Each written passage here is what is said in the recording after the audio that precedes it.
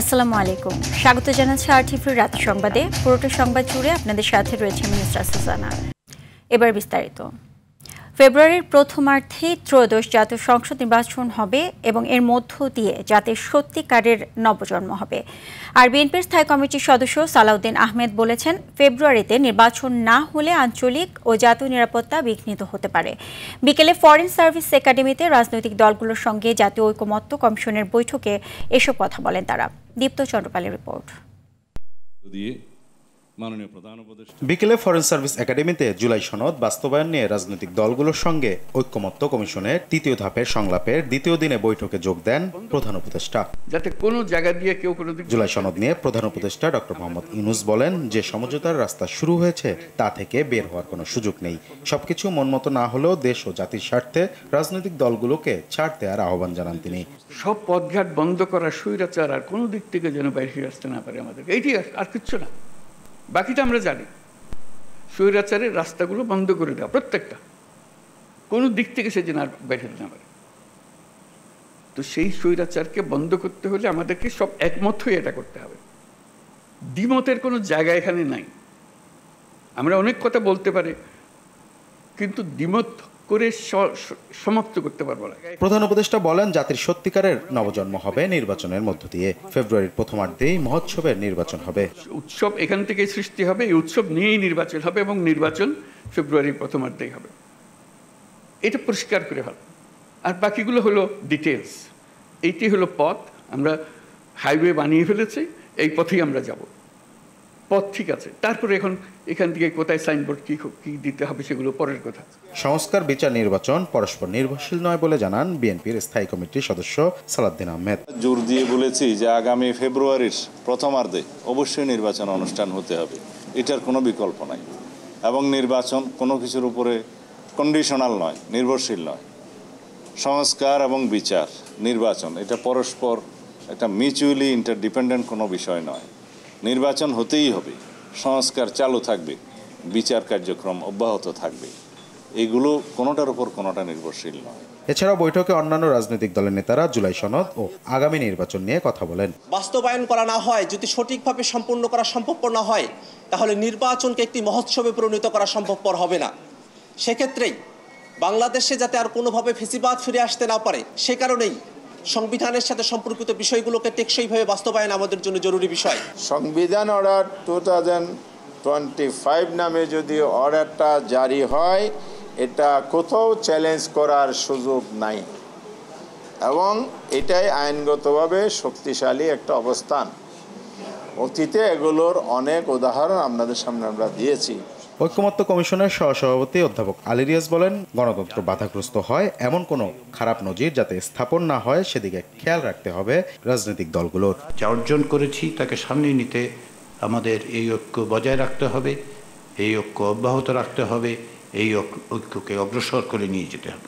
আগামী বুধবার আবারও আলোচনায় বসবে ঐকমত্য কমিশন, তা বাস্তবায়িত করতে হবে। দীপ্ত চন্দ্রপাল, আরটিভি, ঢাকা। ভারতে বসে শেখ হাসিনা দেশের নির্বাচন বানচালের চেষ্টা করছেন, সে বিষয় নিয়ে স্বরাষ্ট্র উপদেষ্টার সঙ্গে আলোচনা হয়েছে বলে জানিয়েছেন সাবেক স্বরাষ্ট্র প্রতিমন্ত্রী বিএনপি নেতা লুৎফুজ্জামান বাবর। বলেন, তারেক রহমান শিগগিরই দেশে ফিরবেন, তার ফেরা নিয়েও আলোচনা হয়েছে স্বরাষ্ট্র উপদেষ্টার সঙ্গে। বলেন, আইন শৃঙ্খলা পরিস্থিতি ভালো করার চেষ্টা করছে অন্তর্বর্তী সরকার। দিল্লিতে শেখ হাসিনার সঙ্গে এস আলম গ্রুপের কর্ণধারের বৈঠককে নির্বাচন বানচালের ষড়যন্ত্র হিসেবে দেখছে বিএনপি। সন্ধ্যায় সচিবালয়ে স্বরাষ্ট্র উপদেষ্টার সাথে এসব বিষয় নিয়ে বৈঠক করেন সাবেক স্বরাষ্ট্র প্রতিমন্ত্রী। শেখ হাসিনা ওনার সাথে একটা বিশেষ শিল্পগোষ্ঠী, পত্রিকায় দেখেছেন আপনারা, এস আলম গ্রুপ, তারা সেখানে একটা মিটিং করছে, সমস্ত পত্রিকা আসছে। সেটা মিটিংয়ের উদ্দেশ্য ছিল বাংলাদেশের নির্বাচন বানচাল করা, নির্বাচনের বিভিন্ন সহিংস ঘটনা ঘটানো। এটা তো একটা উদ্বিগ্নের জায়গা, সেই ব্যাপারে আমরা আলোচনা করেছি। দল যাকে মনোনয়ন দিবে আমরা দলের নির্দেশে তার হয়ে ঐক্যবদ্ধভাবে কাজ করে যাব বলে মন্তব্য করেছেন অবসরপ্রাপ্ত মেজর রেজাউল করিম। দুপুরে তার নিজ বাসভবনে সাংবাদিকদের সাথে এক মত বিনিময় সভায় তিনি এই মন্তব্য করেন। এ সময় রেজাউল করিম বলেন, আমাকে কেউ প্রতিপক্ষ ভাববেন না, আমি দলের জন্য কাজ করতে এসেছি।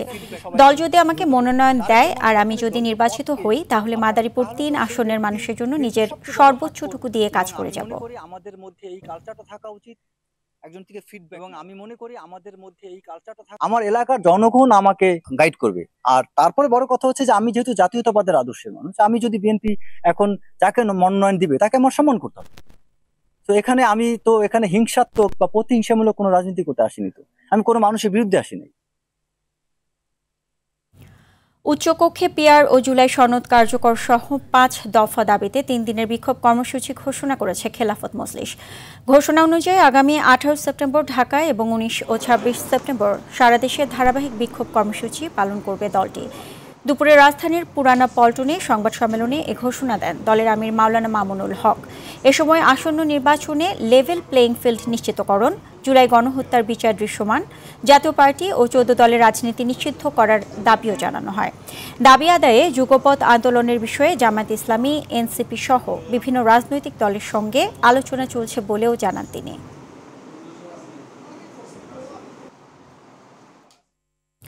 রাষ্ট্র ও বিশ্ববিদ্যালয় মিলিয়ে জাতীয়তাবাদী শক্তিকে তাড়ানোর নীল নকশা করছে কিনা দেশের মানুষকে তা ভাবাচ্ছে বলে মন্তব্য করেছেন বিএনপির সিনিয়র যুগ্ম মহাসচিব রুহুল কবির রিজভী।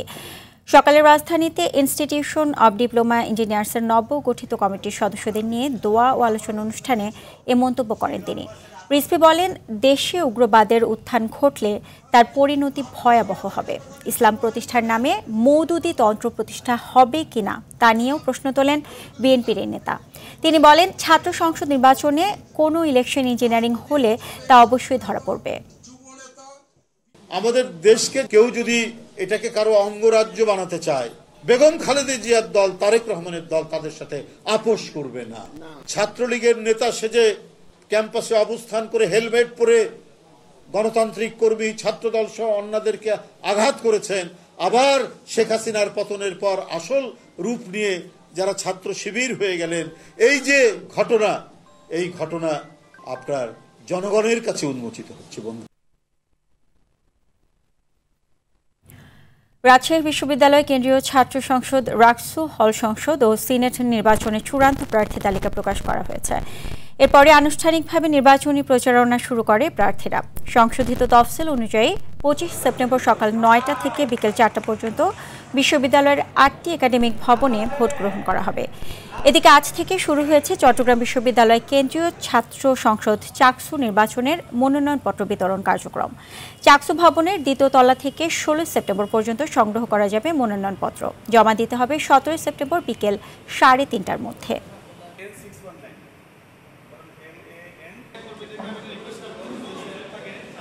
একটি শান্তিপূর্ণ, উৎসবমুখর, গ্রহণযোগ্য, আমরা একটা স্বচ্ছ নির্বাচন উপহার দিতে পারবো বলে আমরা দৃঢ়ভাবে আশা করছি। ঢাকা বিশ্ববিদ্যালয়ের শিক্ষার্থীদের সমস্যা সমাধানে কাজ করবে নবনির্বাচিত ডাকসু নেতারা। ভিপি সাদিক কায়েম বলেন, আজ থেকে আনুষ্ঠানিকভাবে শিক্ষার্থীদের জন্য কাজ শুরু হলো। ছাত্রছাত্রীদের সমস্যার সমাধান ও তাদের প্রত্যাশা পূরণে কাজ করবে তারা। ঢাকা বিশ্ববিদ্যালয় কেন্দ্রীয় ছাত্র সংসদের কার্যনির্বাহী পরিষদের প্রথম সভা শেষে এসব কথা বলেন তিনি। সকালে উপাচার্যের অফিস সংলগ্ন একটি কক্ষে এই সভা হয়। এতে জিএসএস এম ফরহাদ ও এজিএস মহিউদ্দিন খান সহ ডাকসুর নবনির্বাচিত নেতারা উপস্থিত ছিলেন।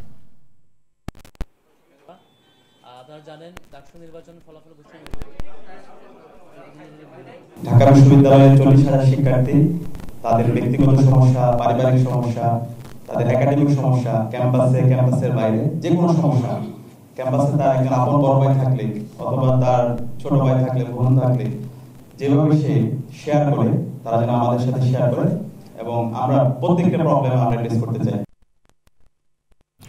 ঢাকা বিশ্ববিদ্যালয়ের শিক্ষার্থীদের যে কোনো সমস্যায় পাশে থাকার ঘোষণা দিয়েছে ইসলামী ছাত্র শিবির। বিশ্ববিদ্যালয়ে ছাত্রীদের কল্যাণে স্যানিটারি ন্যাপকিন ভেন্ডিং মেশিন প্রদান উপলক্ষে বিকেলে মধুর ক্যান্টিনে সংবাদ সম্মেলনে একথা জানান ঢাবি শিবির নেতারা। বিশ্ববিদ্যালয়ের 5টি ভবন, কার্জন হল, মোকাররম ভবন, কেন্দ্রীয় গ্রন্থাগার, টিএসসি ও বিজনেস ফ্যাকাল্টিতে এই ভেন্ডিং মেশিন স্থাপন করা হবে। শিক্ষার্থী বান্ধব রাজনীতির মাধ্যমে ছাত্র রাজনীতির আমূল পরিবর্তন করতে চান বলে জানান ঢাকা বিশ্ববিদ্যালয় ছাত্র শিবিরের সভাপতি ও ডাকসু GSM ফরহাদ।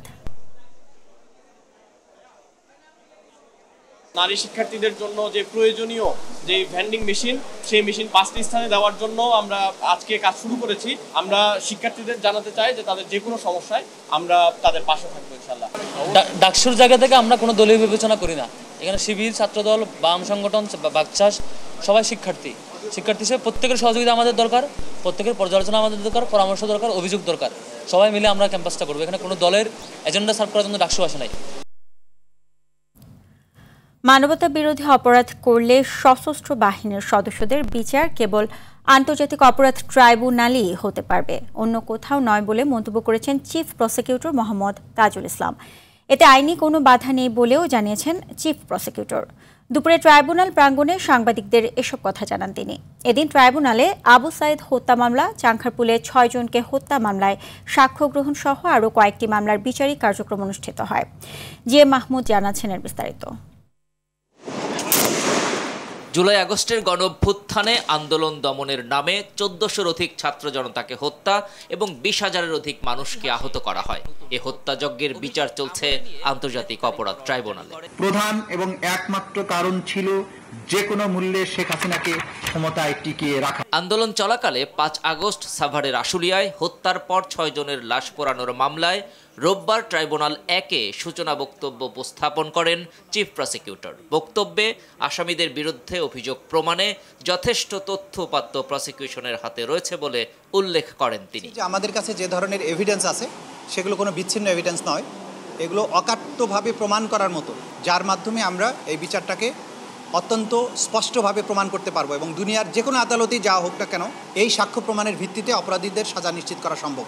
এ সময় জুলাই হত্যাযজ্ঞের মামলায় জড়িত সশস্ত্র বাহিনীর ঊর্ধ্বতন কর্মকর্তাদের বিচার আলাদা ট্রাইব্যুনালে হবে কিনা এমন প্রসঙ্গে তাজুল ইসলাম জানান, তাদের বিচারও এখানেই হবে, এতে আইনি কোনো বাধা নেই। আলাদাভাবে এই আইনে উল্লেখ করা হয়েছে এই ডিসিপ্লিন ফোর্সের বা আর্মড ফোর্সেস লোকদের বিচার কেবলমাত্র আন্তর্জাতিক অপরাধ ট্রাইব্যুনালেই হতে পারবে, অন্য কোথাও নয়। সেটার কোনো আভ্যন্তরীণ সামরিক আদালতে নয়, বাংলাদেশে প্রচলিত যে সমস্ত ফৌজদারি আদালত আছে সেখানেও এটা করা সম্ভব নয়। এই আইনটা খুবই সুস্পষ্ট।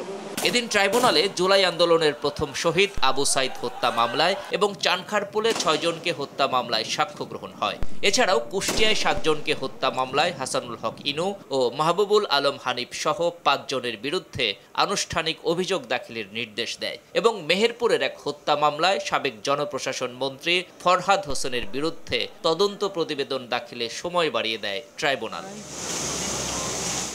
GM Mahmud, RTV, Dhaka. ICT মন্ত্রণালয়ে কাজ না করেই প্রকল্পের 513 কোটি টাকা আত্মসাতের অভিযোগ উঠেছে শেখ হাসিনা পুত্র সজীব ওয়াজেদ জয়ের বিরুদ্ধে।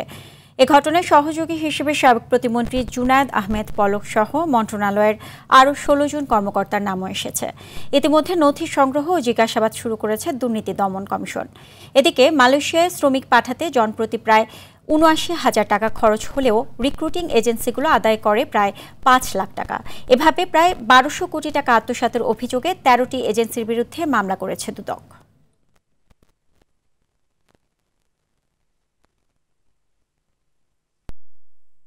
রাজধানীর মোহাম্মদপুর খিলজি রোডে পল্লী কর্ম সহায়ক ফাউন্ডেশনের PKSF ভবন 2 সকালে উদ্বোধন করেন প্রধান উপদেষ্টা অধ্যাপক মোহাম্মদ ইউনূস। এ সময় তিনি সকলকে উদ্যোক্তা হবার আহ্বান জানান। মানুষের জন্ম হয়েছে উদ্যোক্তা হওয়ার জন্য, কারো চাকরি করার জন্য নয় বলে মন্তব্য করেন তিনি। এদিকে প্রযুক্তি সঠিকভাবে কাজে ব্যবহারের কথাও বলে তিনি। এতে বহির্বিশ্বে দেশের অবস্থা আরও জোরালো হবে বলে তিনি আশা ব্যক্ত করেন।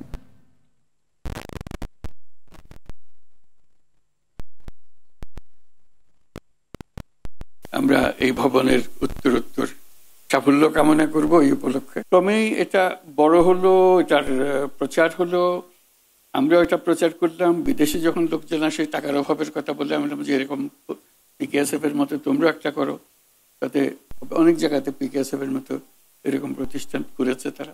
আমরা সবাইকে সে সুযোগ যেন দিতে পারি যে উদ্যোক্তা হবার সুযোগটা তারা আছে, এই সুযোগটা নিল কিনা। এখনো বহু রকমের মানুষ উদ্যোক্তা হয়েছে, বহু রকম। শেষ ইচ্ছে অনুযায়ী কুষ্টিয়ায় মা বাবার কবরের পাশে চিরনিদ্রায় শায়িত হলেন কিংবদন্তি শিল্পী ফরিদা পারভীন। এর আগে কেন্দ্রীয় শহীদ মিনারে তার প্রতি শ্রদ্ধা নিবেদন করে সর্বস্তরের মানুষ। ঝুম বৃষ্টি মাথায় নিয়ে দুপুরে নানা শ্রেণী পেশার ও বয়সের মানুষ ছুটে আসে প্রিয় শিল্পীকে শেষবারের মতো দেখতে। তারই শূন্যতা অপূরণীয় বলে মন্তব্য তাদের। আরও জানাচ্ছেন মারজানি খান।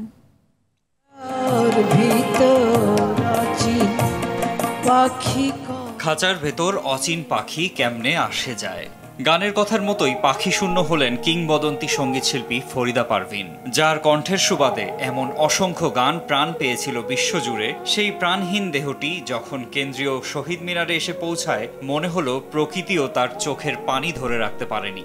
ঝুম বৃষ্টি উপেক্ষা করেই শহীদ মিনারে জমায়েত হয়েছিলেন রাজনৈতিক ব্যক্তিবর্গ, শিল্পী, কলাকৌশলী সহ সর্বস্তরের মানুষ। যারা এই ফরিদা পারভীন, যিনি কিংবদন্তি একজন লালন গায়িকা, যাকে সবাই আমরা লালন সম্রাজ্ঞী বলে জানি, সবাই তার আত্মার প্রতি শ্রদ্ধা নিবেদন করছি। ফরিদা পারভীন একজন, আর সৃষ্টি হবে না। ফরিদা পারভীনের জন্যই আজকে ফকির লালন সাইজির গান সারা বিশ্বের দরবারে এত সমৃদ্ধ।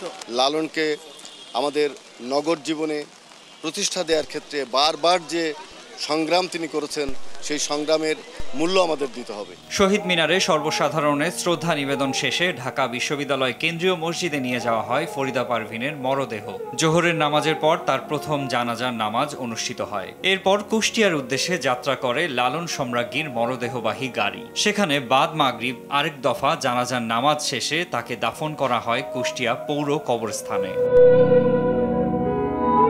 ৭১ বছর বয়সী ফরিদা পারভীনের অসুস্থতা বেশ কিছুদিনের। কিডনি সমস্যা ও ডায়াবেটিস সহ নানান শারীরিক জটিলতায় নিরন্তর ভোগেন তিনি। সর্বশেষ গত বৃহস্পতিবার তার রক্তে হিমোগ্লোবিনের মাত্রা কমে যাওয়া এবং অভ্যন্তরীণ রক্তক্ষরণ বন্ধ না হওয়ায় তাকে লাইফ সাপোর্টে নেওয়া হয়। ৩ দিন পর শনিবার রাতে না ফেরার দেশে পাড়ি জমান এই শিল্পী। মারজানি খান, RTV। নতুন রাজনৈতিক দলের নিবন্ধনে প্রাথমিক বাছাইয়ে টিকে থাকা নতুন 22টি দলের মধ্যে 10 দলের তথ্য যাচাই ও শুনানি করেছে নির্বাচন কমিশন। কমিশনের অতিরিক্ত সচিব KM আলী নেওয়াজের নেতৃত্বে কমিটি শুনানি করে। আগামী সপ্তাহে নতুন রাজনৈতিক দলের চূড়ান্ত তালিকা প্রকাশ করবে কমিশন। নিবন্ধনে আগ্রহী 22টি নতুন রাজনৈতিক দলের বিষয়ে মাঠ পর্যায়ে তদন্ত শেষ হয়েছে। সেসব প্রতিবেদন পর্যালোচনা করছে কমিশন। তদন্ত শেষে নিবন্ধনযোগ্য দলের বিষয়ে জাতীয় দৈনিক পত্রিকায় বিজ্ঞপ্তি দেওয়া হবে। দলের নাম বা কোনো বিষয়ে আপত্তি থাকলে তা শুনানি করে নিষ্পত্তি করবে ইসি। বর্তমানে নির্বাচন কমিশনের নিবন্ধিত দল রয়েছে 50টি। ট্যাক্স প্রক্রিয়া সহজ করতে tax representative management system software তৈরি করা হয়েছে বলে জানান এনবিআর চেয়ারম্যান আব্দুর রহমান খান। তিনি বলেন, আগামী বছর থেকে কর্পোরেট ট্যাক্স ও অনলাইনে নিতে চায় এনবিআর। অনলাইনে ট্যাক্স দিতে পারলে সরকার এবং ব্যবসায়ী উভয়ই লাভবান হবে বলে মন্তব্য করেছেন অর্থ উপদেষ্টা Salehuddin Ahmed. TRMS software tax রিটার্নে মাইল ফলক হিসেবে কাজ করবে। এতে দুর্নীতি কমবে বলে মনে করেন তিনি।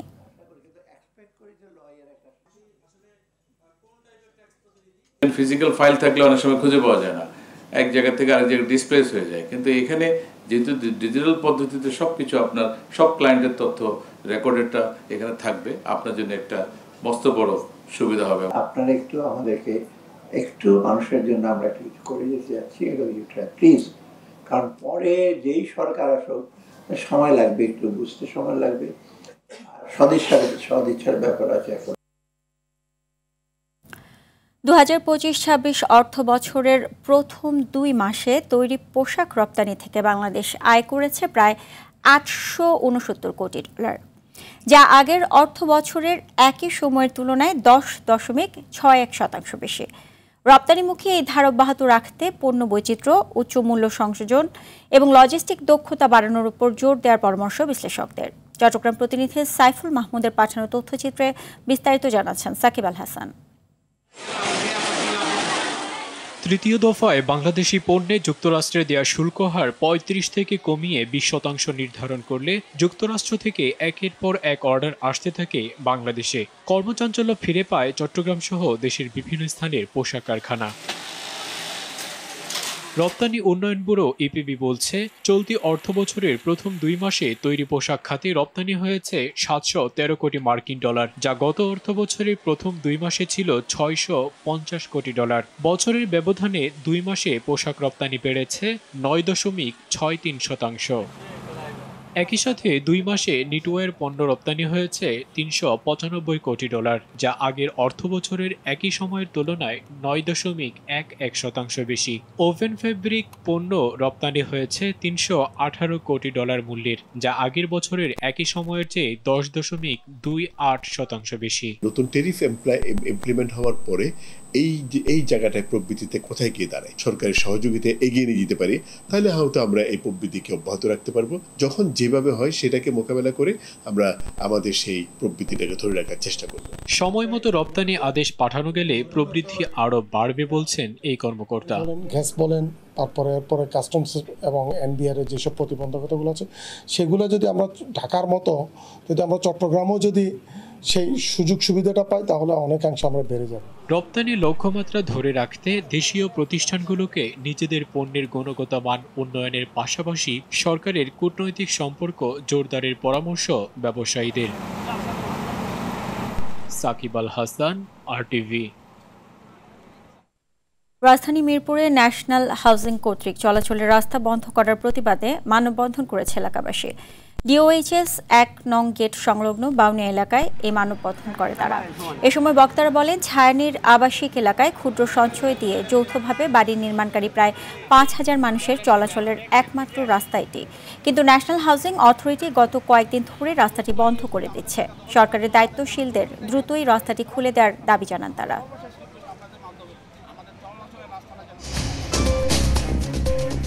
রাতের সংবাদ এই পর্যন্তই। মধ্যরাতের সংবাদ 1টায় দেখার আমন্ত্রণ রইল। এতক্ষণ সাথে থাকার জন্য সবাইকে ধন্যবাদ।